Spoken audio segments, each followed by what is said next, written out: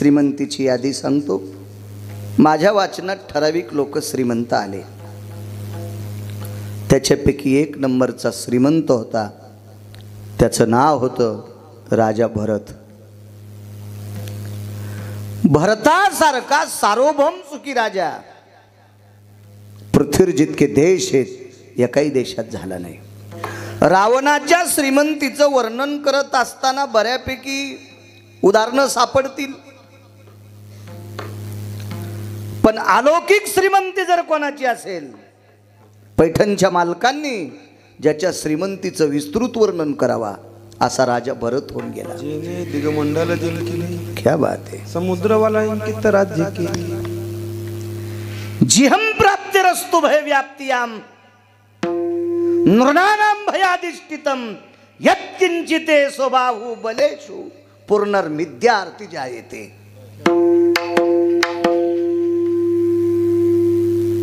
सांगितलं राजाने, या बाहुशी टक्कर घ्यायची कोणाची ताकद असेल तर बघा, आपांपती निर्याप्ती ती जायते. तो समुद्रात स्नानाला गेल्याच्या नंतर सागराच्या लाटा वकील साहेब स्थिर होत होत्या, इतकी बाहू बळाची शक्ती होती त्याची. त्याचं नाव राजा भरत, म्हणून या देशाला भारत देश नाव त्याच्यामुळे पडलेले. विठाला विठाला विठाला.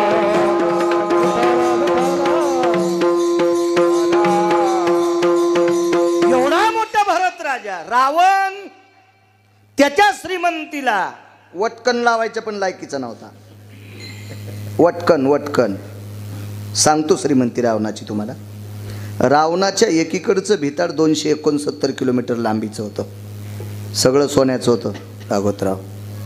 त्याच्यातला 2 फुटाचा जर कोपरा काढा आणि तालुक्यातल्या बायकाला जर नेकलेस वाटले तर त्याच्या विरोधात आमदारकीला फॉर्म भरायला कोणाची माय येली. तरी पण रावण त्याच्या वटकनाला सुद्धा बसत नव्हता. इतके राजा भरत श्रीमंत होते. त्या भरताला सुद्धा जावं लागले. इतराचा पाड कोण. मग एवढ्या श्रीमंताची जर ती कथा असेल तर आपण 400-200 क्विंटल सोयाबीनवाले कुठं त्याच्या मापाला बसू. आपला काय मेळ लागतो तिथं.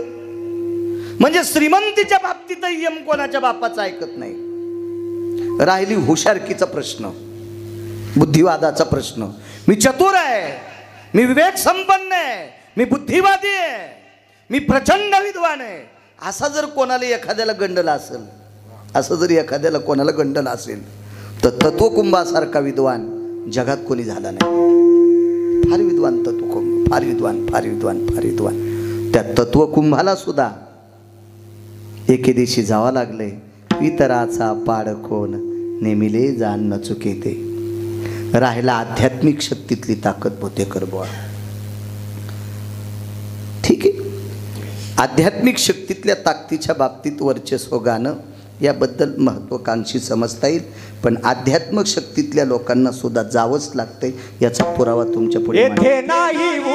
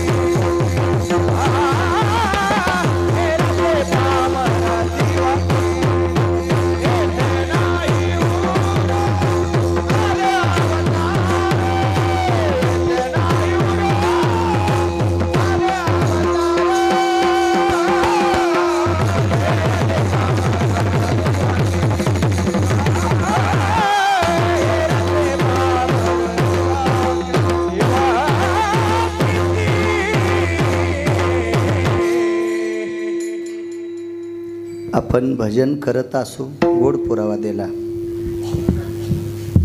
ठीक आहे. सज्जनो, आपण ज्याचं भजन करतो त्याला जगाचा बाप म्हणतात. आणि विश्वाचा मालक ज्या वेळेला जीवदशेला येत असतो, का करा कडक करा, आवाज करा करा. विश्वाचा मालक ज्या वेळेला जीवदशेला येत असतो, का जीवदशेला हे शरीर घेऊन, त्याला सुद्धा निसर्गाचा नियम आहे, त्याला थांबता येत नाही. येरती पामर जीव किती. मग त्याला जर थांबता येत नाही तर 4-2 अभंग पाठ करणाऱ्या गिरगावच्या बाळूला तर जावंच लागेल. याच्यात काय दुमत आहे? 2 पुरावे मांडणार तुमच्या पुढे आध्यात्मिक शक्तीतले, आणि मग आपण पूर्णविराम करू.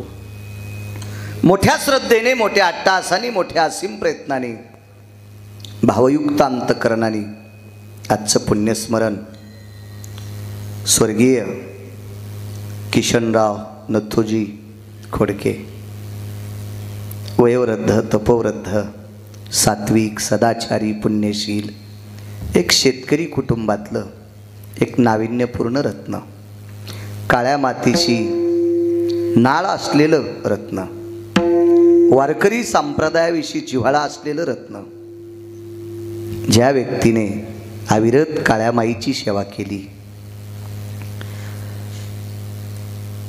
या काळ्या मातीशी सेवा करत असताना आपल्या कुटुंबातल्या हितेशी, आप्त, विष्ट, सजन, सखे, सोयरे, दायरे यशाशी, जिव्हाळ्याशी, गुण्या गोविंदानं जीवन व्यतीत केलं.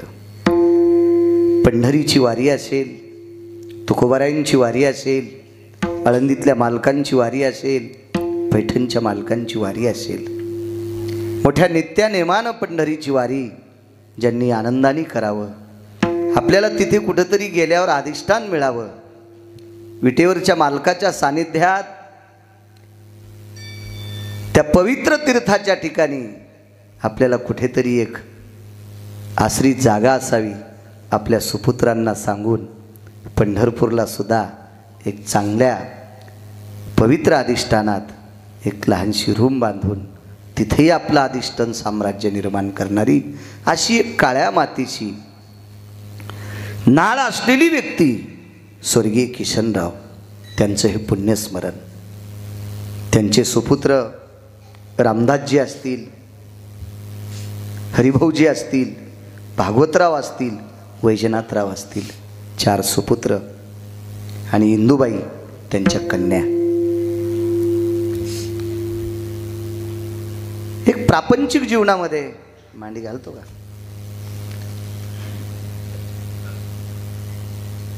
साध्या परिस्थितीत जीवन व्यतीत करणारी माणसं अधिकार स्तरावर पोचत असतात. कल्पना करा, एखाद्या वेळेस महाराष्ट्रभर फिरत असताना आम्ही एवढं फिरतो, कधी आमच्या सुद्धा मनात कल्पना नाही आली पंढरपुरात एखादी जागा घ्यावा. वकील साहेब, मी तुम्ही आमंत्रित केलं याच्याकरता स्तुती करत नाही भागवतराव, मला ते आवडतही नाही. स्तुती करायची असेल पैशासाठी, मला पंढरपुरातल्या मालकानं पाईप दिलाय पैशाचा, म्हणून मी भांगाऱ्याला चोंबाळीत नाही आणि गरज बी नाही. कशाला नालायकाला चोंबाळायचं?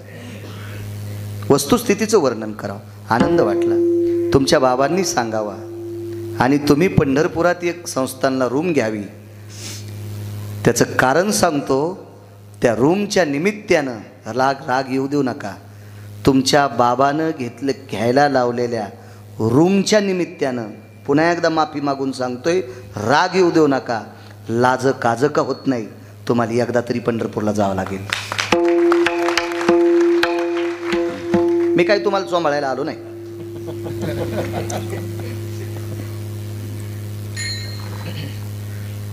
इकता तर तुम्हाला येत नाही, होय बोतेकर बुवा. मग लाज काज का होत नाही, पण धर्माची पताका आपल्या सुपुत्रांना पंढरपूरला न्यायला लावणारं हे रत्न आहे, रत्न आहे, तुमच्यासाठी रत्न आहे. आणि त्या एका पवित्र वारकऱ्याच्या पुण्यतिथीचा योग माझ्यासारख्या अल्पज्ञानी गिरगावकराला आलाय. माझं महत् भाग्य आहे. लय लोकांचे पुण्यतिथ्या करतो, चा कीर्तन करावं लागते. काही टँकरनं दारू पिले हरामखोर.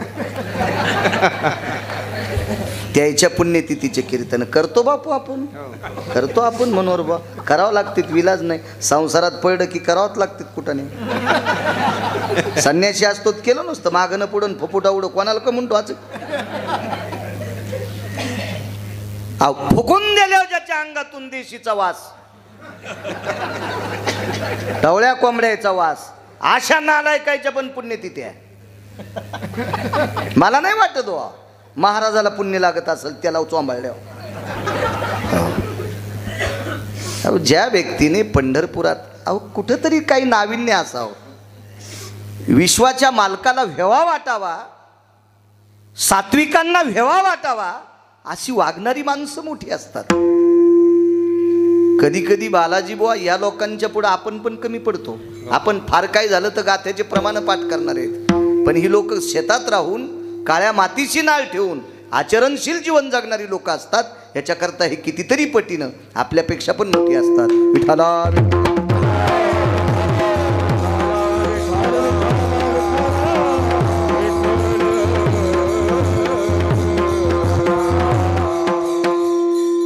स्वर्गीय किशनरावांना गोड असं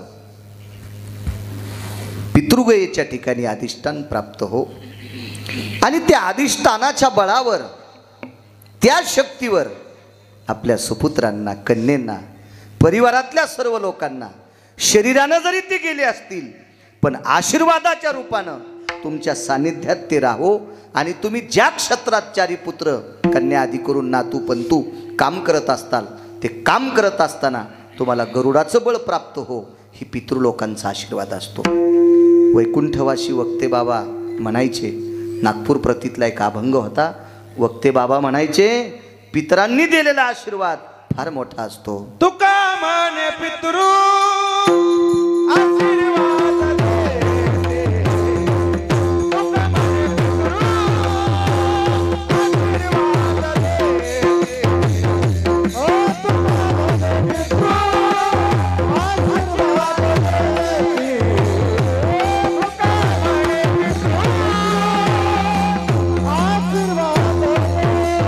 तुका माने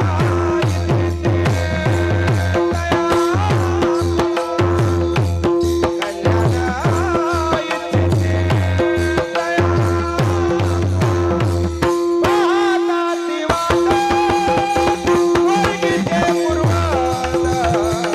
तुका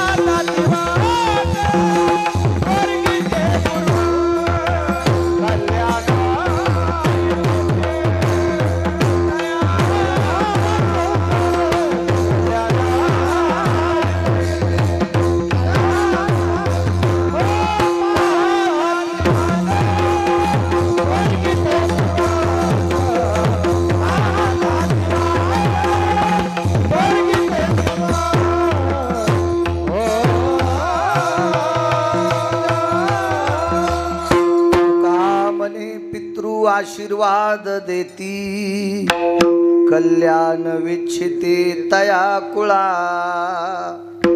वैकुंठवासी वक्ते बाबा म्हणायचे, पितृ आशीर्वाद देतात. तुम्ही जे आहेत ना चौघ पुत्र, हे आशीर्वादाची ताकद आहे भागवतराव. भले तुम्ही त्यांच्यापेक्षा शालेय शिक्षण जास्त शिकलेले असताल, तुमच्यापेक्षा त्यांचं शिक्षण कमी असेल, पण आशीर्वादाची ताकद तुमच्याकडे होती म्हणून तुम्ही परभणीसारख्या क्षेत्रात वर्चस्व कमवलं. ही तुमच्या बाबांची ताकद. प्रकाशराव तुमचे वडील साधे होते, साधे होते, मी पाहिलं तुमच्या वडिलांना. पण त्या म्हाताऱ्याने जाता जाता आशीर्वादाची थाप तुमच्या पाठीवर टाकली. मुलगा तर व्यापार क्षेत्रात मोठा झाला, नवल नाही, नातवानं शिखर गाठलं. ही आशीर्वाद असतील पितृंचे.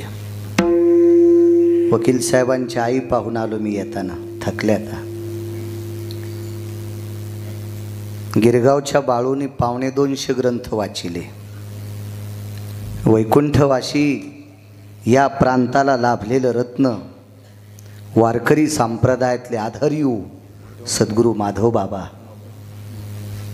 मनोहर महाराज महाराष्ट्राचं बिंब होते. ते बिंब पुराणातले आणि ज्या वेळेला माधव बाबांच्या काही ओह्या एका चांगल्या माणसाकडनं लिखाण सापडलं, त्यावेळेसपासून लक्षात घेतलं बाळू पुराण पाय, आणि तुकोबाराय पुराणाला मानित होते. पाहावे पुराणी विचारोनी.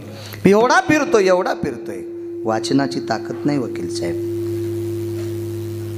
तुम्ही सरकारी वकील म्हणून गाजता, शिवाय गळ्यात तुमच्या तुळशीची माळ आहे. याची ताकद सांगतो. तुमच्या घराण्यात एखादी अशी स्त्री जन्माला आली असेल की तिनं घरी आलेल्या अतिथीला चतकोर भाकरी दिली असेल, याच्याकरता माणूस गाजत असते. हे आशीर्वाद असतात, मागच्या लोकांचे वंशाचे आशीर्वाद असतात. आशीर्वाद. तुम्ही पक्वादात मोठे झालात मंगेश बुवा, तुमच्या अभ्यासाची ताकद नाही असं मी म्हणणार नाही. असं जर म्हणेल तर लोक म्हणतील अभ्यास. अहो, असे कितीतरी बोलपाट असणारी लोक येतं, नाही झळकू शकत.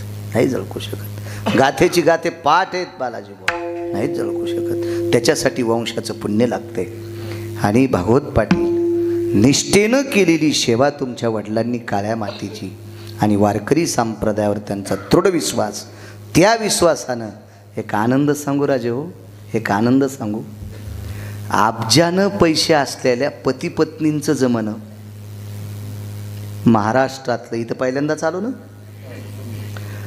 4114 गाव आज महाराष्ट्रातलं पूर्ण होते माझ्या. मी रावणाला ओव्हरटेक केलेली लोक पाहिले. वस्तुस्थितीचं वकील साहेब वर्णन करावा.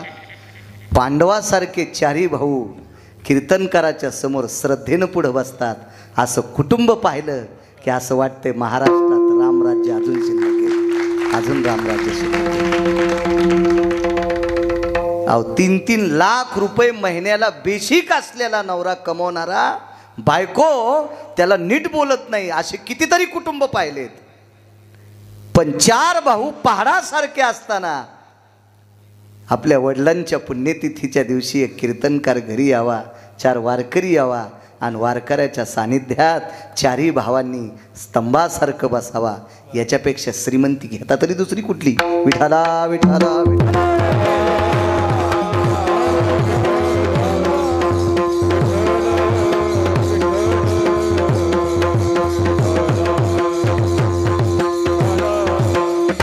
ही सगळी श्रीमंती मिळत असेल तर वक्ते बाबांच्या वाणीनुसार पितृ आशीर्वाद देती.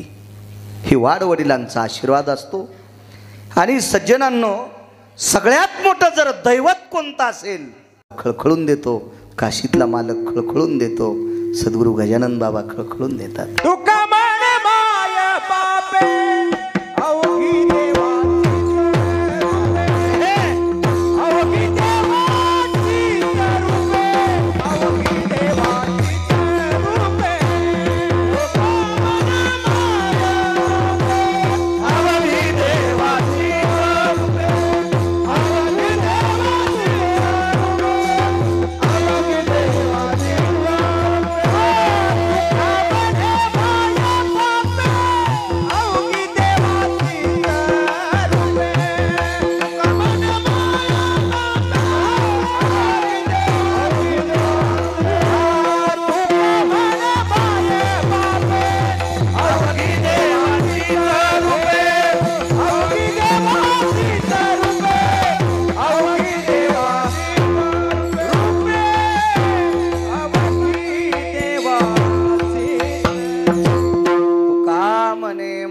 बापे अवघी देवाची जरुपे.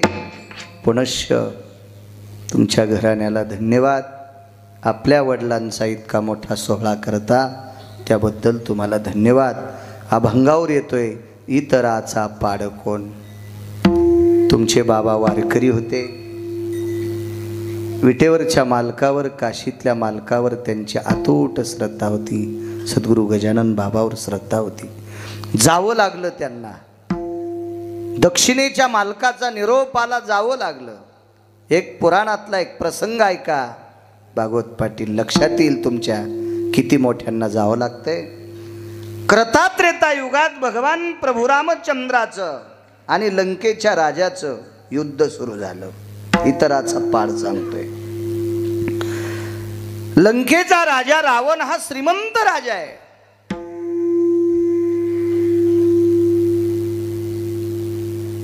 गडगंज श्रीमंती आहे त्याची, बुद्धिवादी सुद्धा आहे. रावणाचा बुद्धिवाद तपासण्यासाठी ब्रह्मदेवाकडे तराजू नव्हतं, इतका रावण विद्वान होता. मग एवढा विद्वान असताना गिरगावचा बाळू रावणाला का मानत नाही, याचं एकमेव कारण आहे, वारकरी संप्रदायाने रावण बेदखल केला. कारण या संप्रदायामध्ये अभ्यास कमी असला तरी चालेल, पण स्वतःची पत्नी सोडून जगात जी स्त्री दिसल तिला माय आणि बहीण म्हणत असेल तो जगातला एक नंबरचा महाराज. या संप्रदायात अभ्यास फार असेल आणि नीतिभ्रष्ट असेल त्या हरामखोराला किंमत नाही. विठाला विठाला.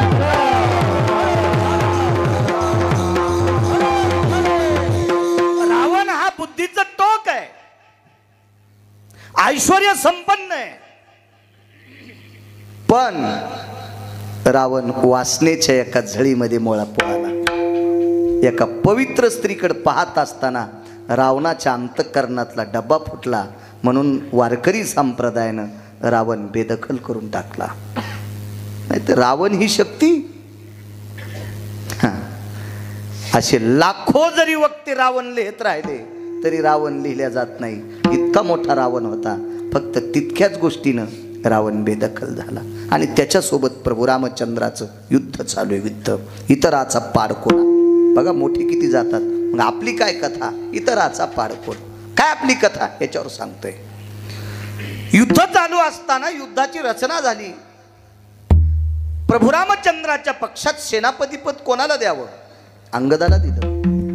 अंगदाला दिलं. अंगदाला, एका शूर माणसाचा पुत्र अंगद, त्याला सेनापतीपद देऊन टाकलं. आणि प्रभू रामचंद्राच्या पक्षात धर्माची ध्वज धरण्याचं काम गंधमादन नावाच्या वानराला दिलं.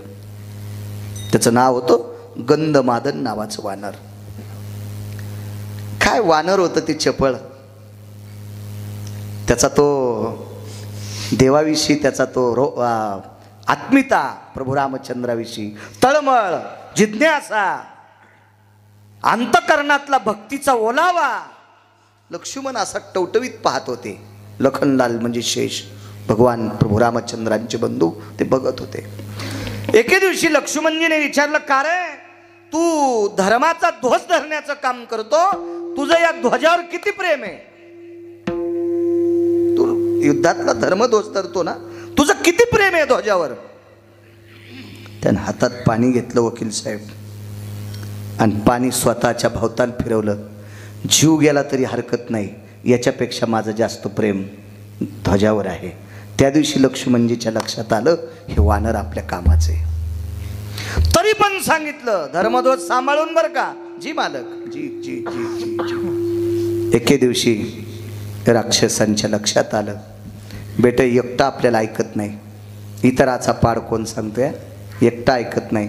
पण त्या दिवशी एका राक्षसाने बाण मारला आणि धर्माची ध्वज कापून टाकली.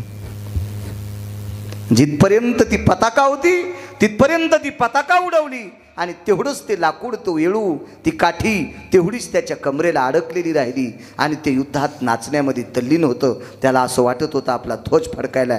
तेवढ्या अवकाशात एक जण बरसला, गंधमादन. ध्वज गेली रे बाबा. पाहिलं वर हे तर ध्वज नव्हती. करावं काय? अंतःकरण व्याकुळ झालं, आणि तो गंधमादन धावत सुग्रीवाकडे धावला.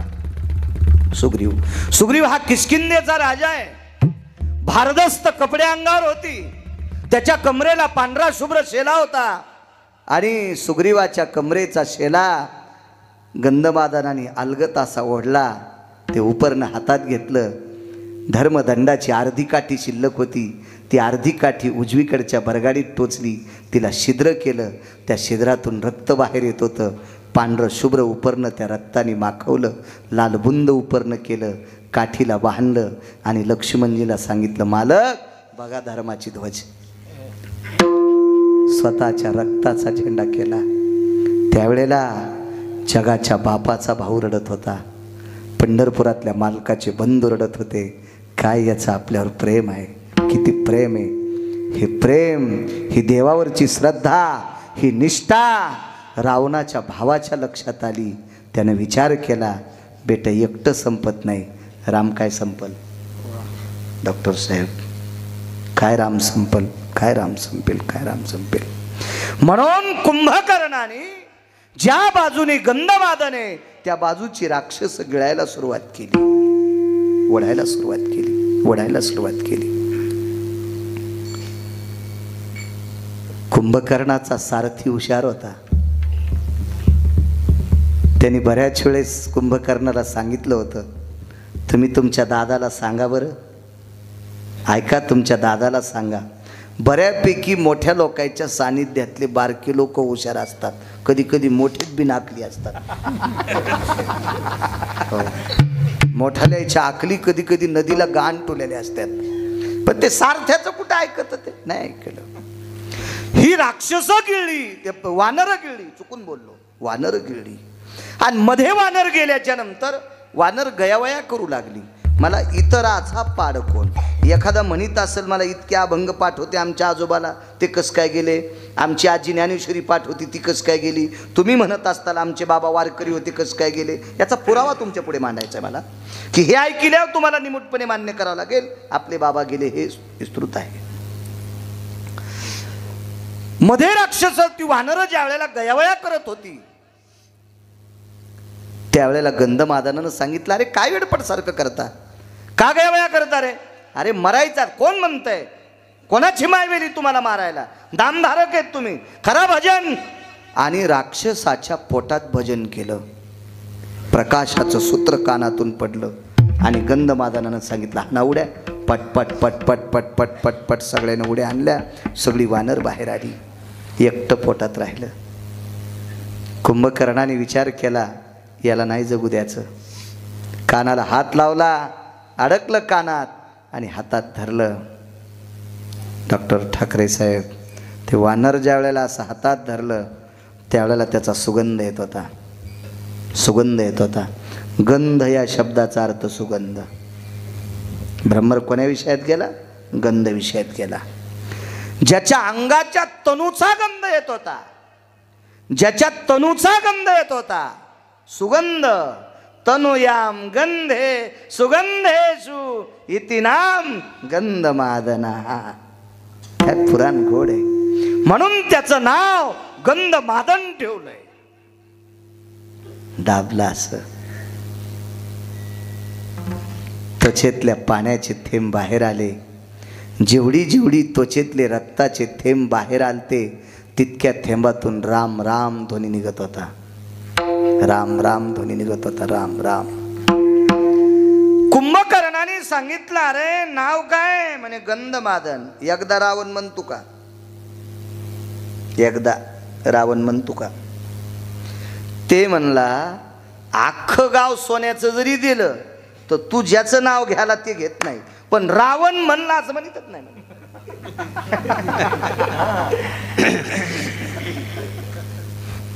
खाली बसलेल्याला एकूण एकाची शपथ आहे, आपण किती रुपयावर फुटत होत.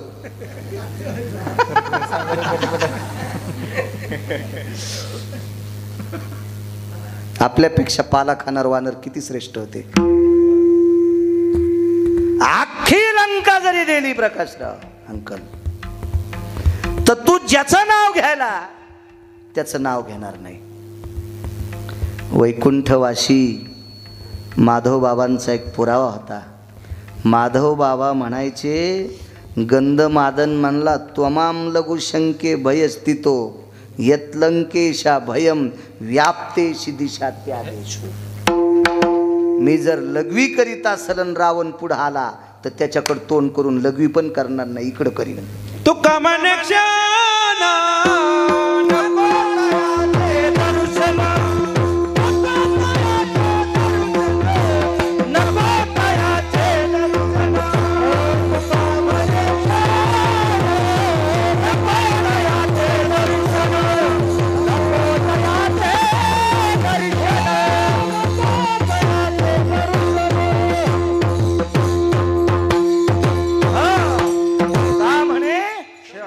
नको तयाचे दर्शन. हलकटाचं दर्शन नाही घेतलं पाहिजे. तुम्हाला एक सांगू का, भागवत पाटील येडे माणसं परवडे. वकील साहेब परवडे, तुम्हाला चांगलं माहिती आहे. पण कपटी माणसं वकिलाला पण नाही परवडे. हा, कपटी कुठंच परवडत नसतात. हा, तुम्हाला एक सांगू का, साप परवडा थोत्रातच इश आहे त्याच्या, इंचू परवडा शेपटीतच इश आहे त्याच्या, पण कपट्याच्या सऱ्या अंगात विष असते.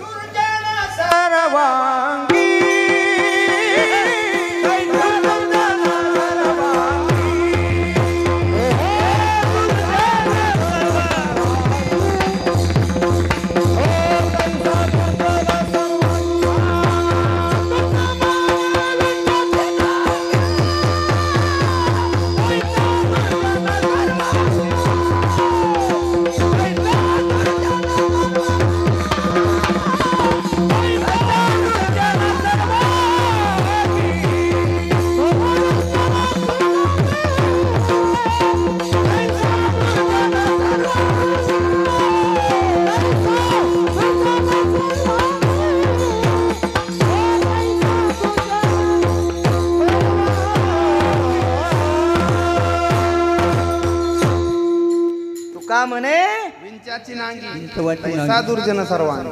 तुका म्हणे इंच नांगी तैसा दुर्जन सर्वांगी. इंचाच्या नांगीत जितकं विष का, हलकाटायच्या साऱ्या नखापासून शेंडी लोक तितकं इच्छा असते. हो, म्हणून आशा भडवायला पाहणं शास्त्रात निषेध सांगितलं, निषेध सांगितलं. नको म्हणले. विठ्ठल विठ्ठल.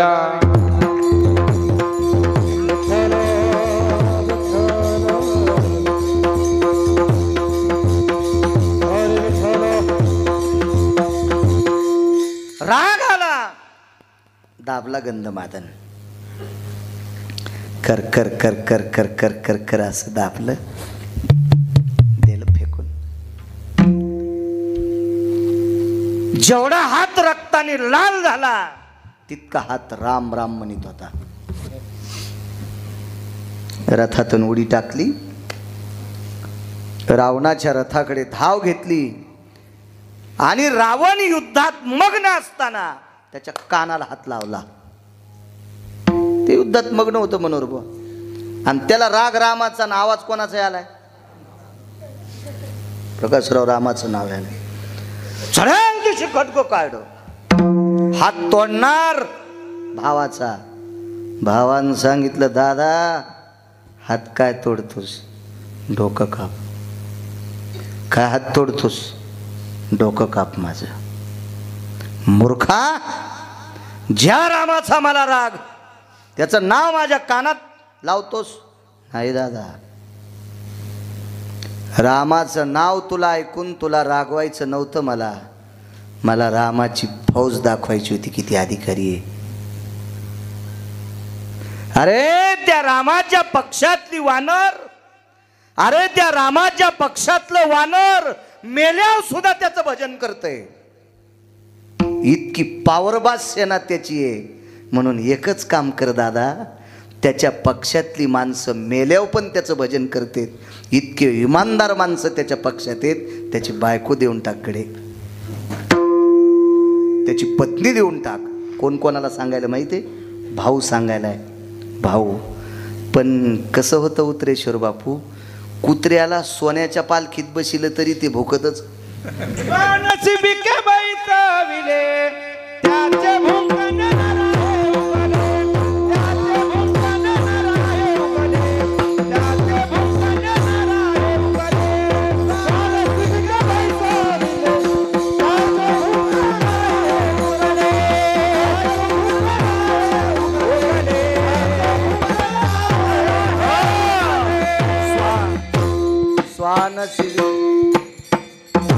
चपकन उतार घेत जा. स्वान शिबिके बैसविले, त्याचे भुंकणे न राहे उगले. कुत्र्याला सोन्याच्या पालखीत बसू द्या, भोकणारच. ते म्हणणार नाही मला सोन्याची पालखी दिली, आता आपण मस्त हारनाव आणि बसा. नाही, कुत्रे ते तिथून पण दुसऱ्या कुत्र्याला जीभ दाखीन. अरे तुला सोन्याची पालखी दिली. किती वाक्य गोड सांगितलं होतं भावा. अरे मृत्यू पावल्याच्या नंतर ज्याचं रक्त भजन करतय, इतकी निष्ठावंत फौज ज्याच्या पाठीमागे असती, तो जिंकणं शक्य नसतो. ऐकायला तयार नाही रावण. चला, गंधमादनाचं शरीर सापडलं मारुतीरायांना. इतराचा पार कोण सांगते? सापडलं. तो हरामासाचा गोळा प्रभू रामचंद्राकडे सुपूर्द केला. प्रभू रामचंद्राने तो ओंजळीत हाडामासाचा गोळा घेतला. हुशे साहेबांची कृपा आहे आज. असं वाटत होतं कीर्तन करता येणार नाही. येताना दोनदा चूर्ण दिलं तर वकील साहेबांनी. आज सकाळी नळी उपसून आलो. पण 22 वर्षातला नियम आहे, कोणाची तारीख नाही टाळली. याच्याकरता आपल्याला तो कलंक लागू द्यायचा नाही म्हणून आलो. विढाला विढाला विढाला.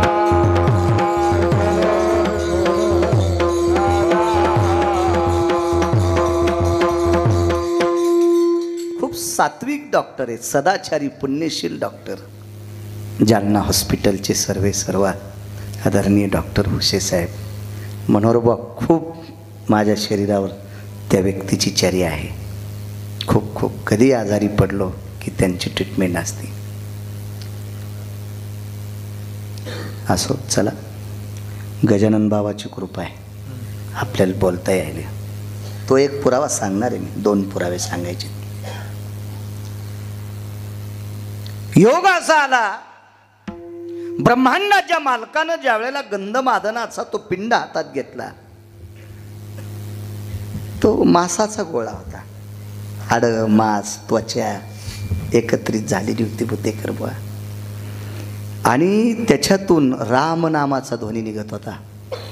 राम नामाचा ध्वनी. मृत्यू पावल्याच्या नंतर ठराविकच लोकांचं शरीर भजन करीत होतं. बरं, कोणाचं पण नाही. अर्जुनाचं शरीर चेतन असताना कृष्ण कृष्ण म्हटलं. ज्या वेळेला हिमालयाच्या पायथ्याला अर्जुनाचं शरीर पडलं, त्यावेळेला भजन बंद झालं. असं मी सांगत नाही, महाभारत सांगते. पण मृत्यू पावल्याच्या नंतर भजन चोखोबाराच्या शरीरानं केलं. आणि मृत्यू पावल्याच्या नंतर कृतात्रेता युगात भागवत पाटील भजन केलं वानराच्या शरीरानं. ते गंधमादनाचं शरीर होतं. काय नाविन्य असलो याच्यामध्ये. अशा अजून बऱ्याच याद्या आहेत बरं का, बऱ्याच याद्या आहेत. पण बैल 2 आणि जमीन 300 एकर कशी पाळी घालता येईल आपल्याला? मला 2 तासाची मर्यादा आहे. जेवढं सुचल तेवढं सांगण्याचा प्रयत्न करतो.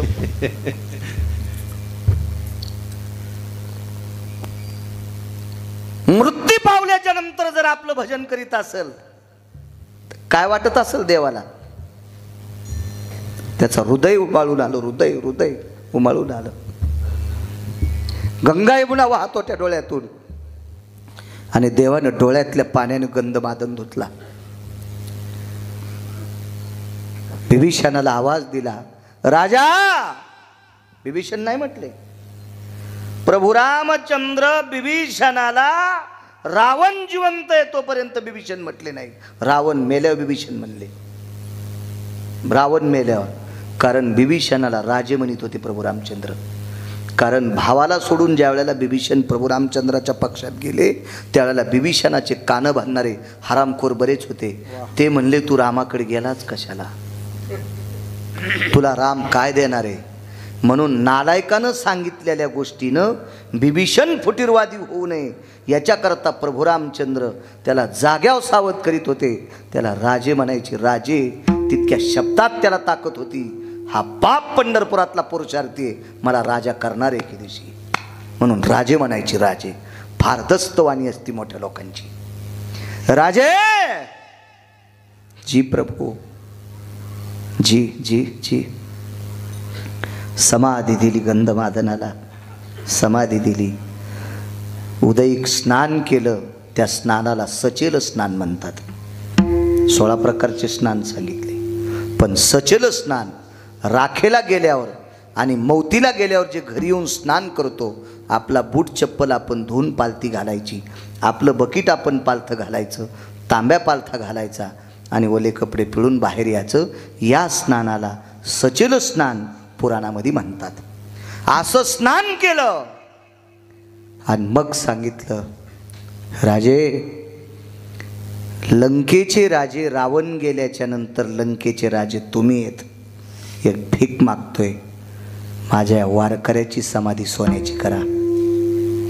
पृथ्वीवर जितके देश आहेत ना, जितके देश बालाजीवा, वारकऱ्याची जर पहिली समाधी सोन्याची कोणी केली असेल तर ती त्रेतायुगात झाली. करता त्रेतायुगात ती गंधमादनाची पहिली समाधी सोन्याची. रावण मारला. प्रभू रामचंद्र कामग नावाच्या विमानात बसून चाललेत. चलता चलता पुन्हा एक सांगतो, कारण शेंद्राचं भरलेलं बोट कोणाच्या भीतीला पुसण्यापेक्षा बाजूच्या दगडाला पुसलं तर त्याला बी देव पण येतात. शेंद्राचे दैवत केले. हो, कशी बोलली नव्हती.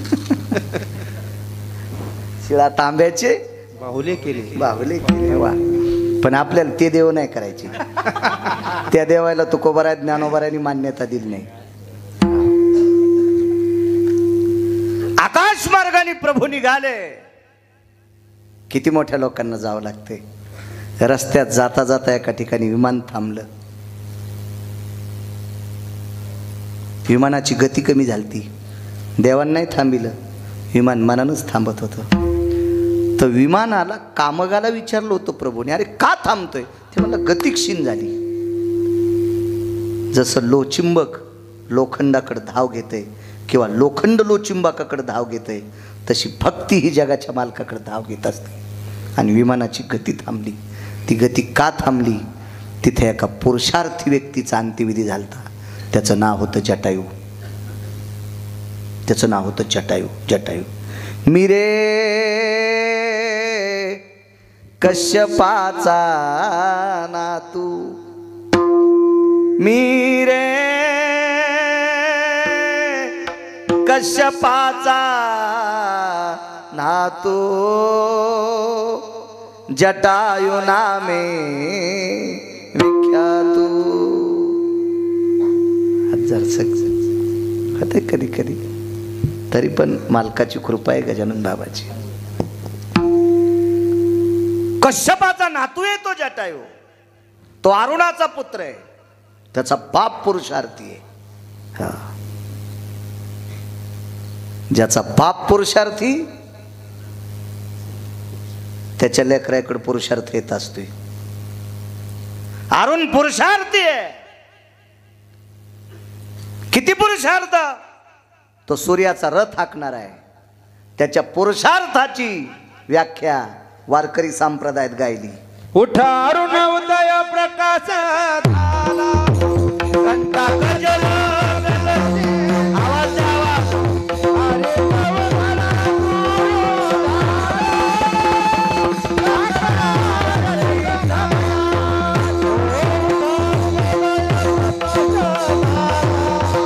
घंटा गजर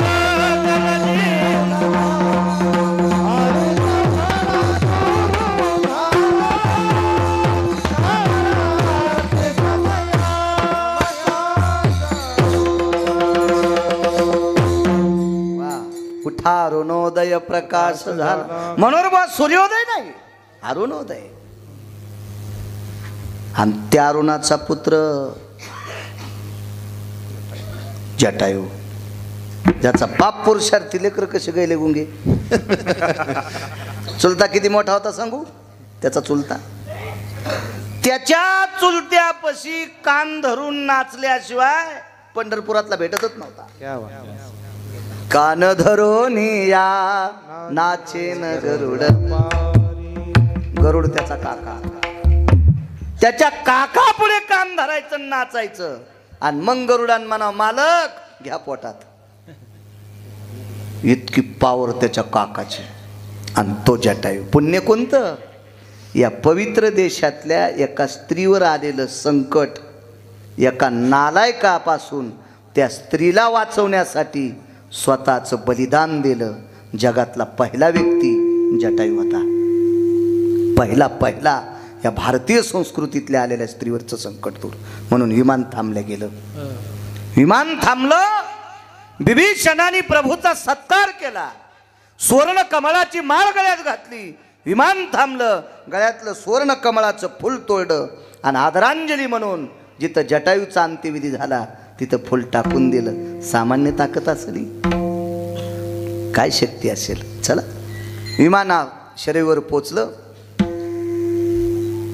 नंतर प्रभू अयोध्येत आले आणि कालांतराने विभीषणाने एक पत्र पाठवलं. ते पत्र थोडं दुःखाचा धरीना अभिमान करीना फुले जत. तरुणांनो, विनंती करतो तुम्हाला, पाया पडतो तुमच्या, आपले शब्द सांभाळा. भारतीय संस्कृतीतला, महाराष्ट्राच्या मातीतला हा जो शब्दकोश आहे, हा शब्दकोश म्हणजे प्रत्यक्ष सारस्वत आहे. हे शब्द फार मोठे आहेत राजू, फार मोठे आहेत. माय शब्दाची ताकद काय तुम्हाला माहिती आहे?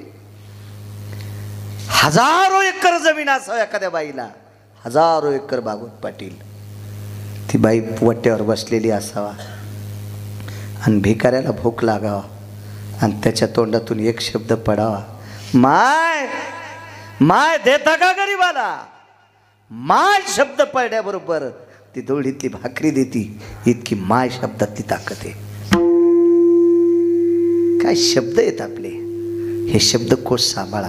आवर्षण या शब्दाचा अर्थ खंडवृष्टी, पाऊस पडला नाही, आवर्षण पडलं. एकाही नक्षत्रात पाऊस नाही.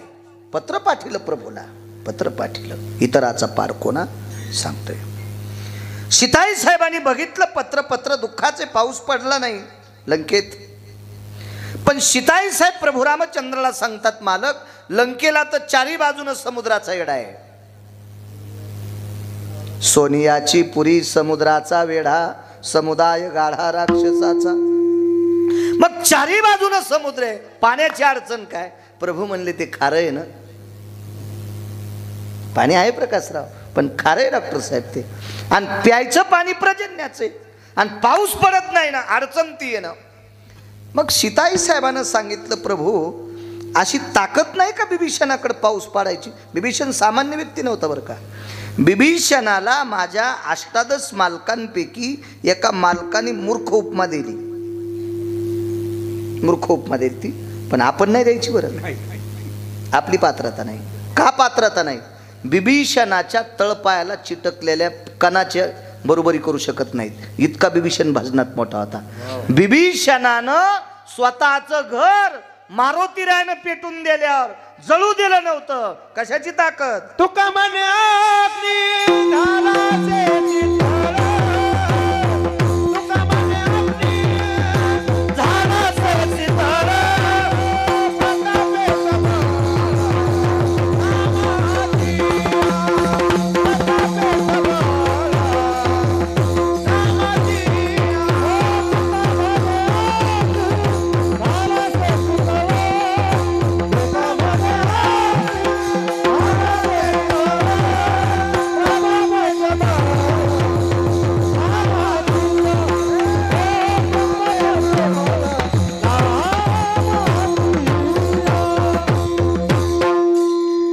तुका म्हणे अग्नी झालासे शीतळ आणि प्रतापे सबळ नामाची.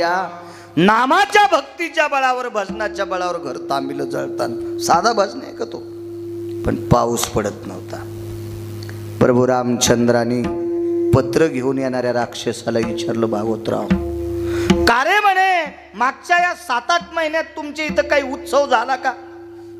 हे उत्सव आहे आजचा. श्राद्धाला अतिश्राद्धानं करायचं, त्याचं नाव श्राद्ध उत्सव म्हणतात. हे आजचा जो उत्सव आहे ना तुमचा, या उत्सवानं काशीतला मालक प्रसन्न आहे. ह्या उत्सवानं पंढरपुरातला मालक प्रसन्न आहे. ज्या घरातली लोक आपल्या वडिलांचा आदर करतात का, त्या घरातल्या लोकांवर भगवान शिवशंकर आणि पंढरपुरातले मालक प्रसन्न होतात. हो, इतकी मोठी ताकद आहे. काशीतले मालक जर कोपले तर माफी मागता येईल, पंढरपुरातले मालक कोपले तर माफी मागता येते प्रकाशराव, संत कोपले तर क्षमा मागता येते, पण हे कोपले तर ती गायच्या ना ऐकत नाहीत. इतकी ताकद पितरांची असते. म्हणून यांच्या नाही नादी लागायचं, यांना आपलंच केलं पाहिजे. बयाला सांगतो टिकल्यावाल्याला कुखावाल्याला, सासू सासऱ्यांनी कमवलेली संपत्ती तुपात बुडून खात जा, खात जा, खात जा, पण म्हातारपणी सासू सासऱ्याला टायमाला भाकर देत जा. सासू सासऱ्याची हिसकून घेऊन जर सासू सासऱ्याला देत नसाल, अशी एखादी सून असल तर तिच्या झोपीत छत अंगावर पडन. तिला घरात सगळ्यात फुकून द्यावा लागन. त्या चुड्यालनीला घरात सगळ्यात, तिची मातीच घरात. तितकं पाप जगात दुसरं कुठलं चांगलं नाही. काय करताना रागालात मोह कीर्तन घेणार नाहीत, नका घेऊ. तुम्हाला 30 गाव पाठ्याल 36 गाव, काय करत नाही मी, हे अद्याप नाही, काय करत नाही. माझं कसं दाखवायचं ते ठरलेलं आहे पंढरपुरातल्या मालकानं. तुम्ही काय ठरविणार आहे?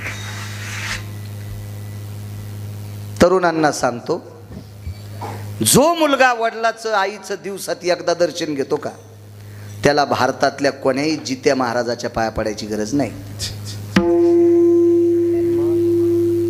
कोणीच नाही, कोणीच नाही, कोणीच नाही. आणि सगळ्या महाराजांच्या पडत असन आणि मायबापाच्या पडत नसल, आणि तो महाराज जर त्याला पाया पडून घेत असेल तर तो महाराजच त्याच्या पापानं जाळणार. त्या महाराजाची वाट लागणार. हो, हो, वाट लागणार, वाट लागणार, त्याची वाट लागणार. इतकं पाप सांगितलं शास्त्रामध्ये. मायबापासारखं दैवत नाही, घरातल्या ज्येष्ठ लोकांसारखं दैवत नाही. काही पुराणंच खायचं काम नाही. तुम्हाला एक सांगू का, जो रक्ताच्या नात्यात चांगलं राहू शकत नाही तो तुमचं काय भलं करणार आहे? क्या बात. माझे वडील 90ला गेले, माझी आई आहे. जर मी आईला मानित नसेल तर भागवत पाटील तुमचं कल्याण करील असं गिरगावकराकडून अपेक्षा कशी करता? जो माईचा होऊ शकत नाही डॉक्टर साहेब तो तुमचा होऊ शकतोय, जो बापाचा होऊ शकत नाही तो तुमचा होऊ शकतो. बुद्धेकर हे नाही होऊ शकत. सगळ्यात मोठी ताकद आहे मायबापांची. असो, काय सांगू लागलो? पत्र आलं. पत्र आलं, पत्र आलं. काही उत्सव झाला का रे हेच विचारलं होतं ना? नाही म्हणले. ह्या 7-8 महिन्यात आमच्याकडे काही उत्सव झाला नाही. पत्राच्या पाठीमागं लिहिलं, माननीय आदरणीय सन्माननीय लंकेश राजा बिभीषण, मी येत असताना एका वारकऱ्याचं श्राद्ध करत जा असं तुम्हाला सांगून आलतो. तुम्ही श्राद्ध केलं नाही, याच्याकरता पाऊस बंद पडलाय. पत्र घरी पोचलं. बिभीषण धर्मपत्नीकडे गेले. बिभीषणाच्या पत्नीचं नाव सांगता येईल काय होतं? तर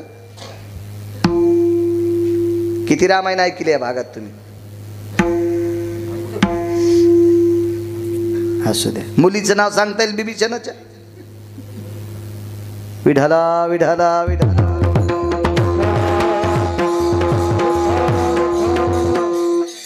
बरं आहे. खरंय असे तुम्ही चोर पंक्चर आहेत. ते चोर पंक्चरचं कसं असतं माहिती आहे का वकील साहेब? दुकानात गेल्यावर पंक्चर गवसन आणि दारापुढं गाडी लावल्यावर हवा राहीन. त्यानं गण साबणा लावलाव पाहिलं पण छिद्र दिसत ना, आणि गाडी घरापुढं लावली की हवा राहीन. हे चोर पंक्चर. ऐकायला दम नाही रामायण भागवत आणि लक्षात कोणाच्यात नाही. बरं आहे तुम्ही ध्यानात ठेवले. आम्हाला नाशिकला जावं लागेल इटा उचलायला. तुम्ही असेच चोर पंक्चर होत जा. विढाला विढाला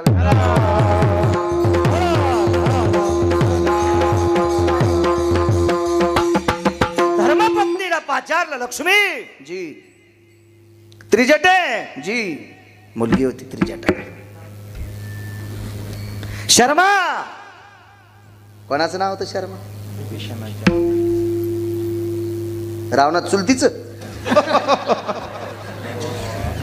हे त्रिजटे जी, गंगोदकं भयस्थितानां पंचगव्याति यालाक्षं माल्याधिनी पुष्पाधिनी एत जवतिलादि अक्षदायां रक्तपुष्पास्थितो रक्तचंदनास्थितो सव्या यज्ञोपवितास्थित जायते. ही सगळी सामुग्री काढ.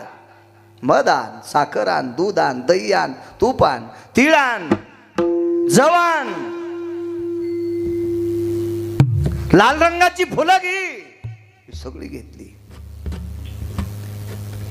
आणि जगाची मालकीन, विटेवरची मालकीन लक्ष्मी आईसाहेब, अशा आईसाहेबांची मैत्रीण भागवतराव, तिचं नाव होतं त्रिजटा, लक्ष्मीची मैत्रीण.